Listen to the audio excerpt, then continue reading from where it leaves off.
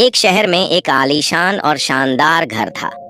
वह शहर का सबसे खूबसूरत घर माना जाता था। लोग उसे देखते तो तारीफ किए बिना नहीं रह पाते।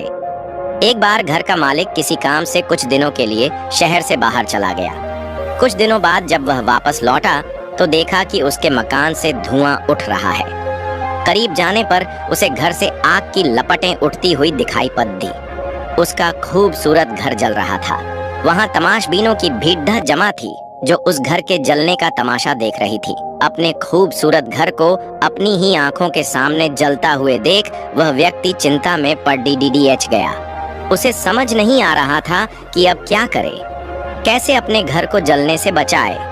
वह लोगों से मदद की गुहार लगाने लगा कि वे किसी भी तरह उसके घर को जलने से बचा लें। उसी समय उसका बद्धा बेटा वहां आया और बोला, पिताजी घबराइए मत, सब ठीक हो जाएगा। इस बात पर कुछ नाराज होता हुआ पिता बोला, कैसे ना घबराऊं, मेरा इतना खूबसूरत घर जल रहा है। बेटे ने उत्तर दिया, पिताजी माफ कीजिएगा, एक बात मैं आपको अब तक बता नहीं पाया था। कुछ दिनों पहले मुझे इस घर के लिए एक बहुत बढ़िया खरीदार मिला था। उसने मेरे सामने मकान की कीमत की 3 गुनी रकम का प्रस्ताव रखा। सौदा इतना अच्छा था कि मैं इनकार नहीं कर पाया और मैंने आपको बिना बताए सौदा तय कर लिया। ये सुनकर पिता की जान में जान आई। उसने राहत की सांस ली और आराम से यूं खद्दा हो गया जैसे सब कुछ ठीक हो गया हो। अब वह भी अन्य लोगों की तरह तमाशबीन बनकर उस घर को जलते हुए देखने लगा।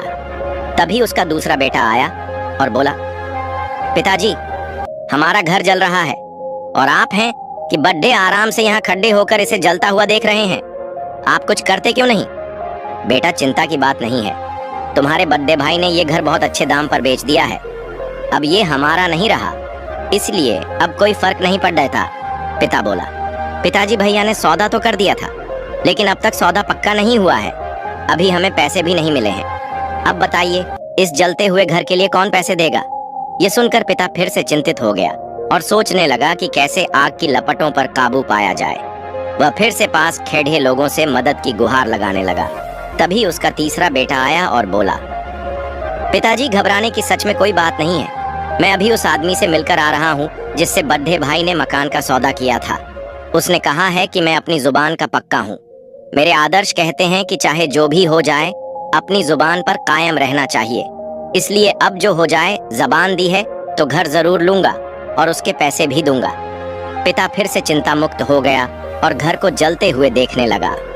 तो दोस्तों, इस कहानी से हमें यह सीख मिलता है कि मित्रों, एक ही परिस्थिति में व्यक्ति का व्यवहार भिन्न भिन्न हो सकता है और यह व्यवहार उसकी सोच के कारण होता है।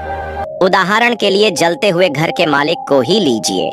घर तो वही था जो जल रहा था, लेकिन उसके मालिक की सोच में कई बार परिवर्तन आया और उस सोच के साथ उसका व्यवहार भी बदलता गया।